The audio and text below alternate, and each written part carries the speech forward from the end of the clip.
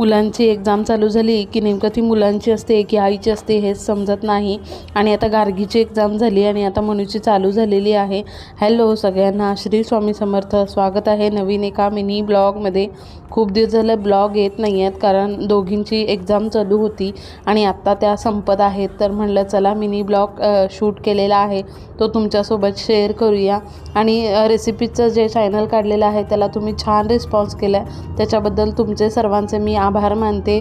आणि 2-3 दिवस झालं किराणा आणून ठेवला होता, तर म्हटलं चला वेळ आहे तर भरून ठेवूया. आणि जी रविवारची एक्स्ट्राची कामं होती ती मी करून घेतली होती.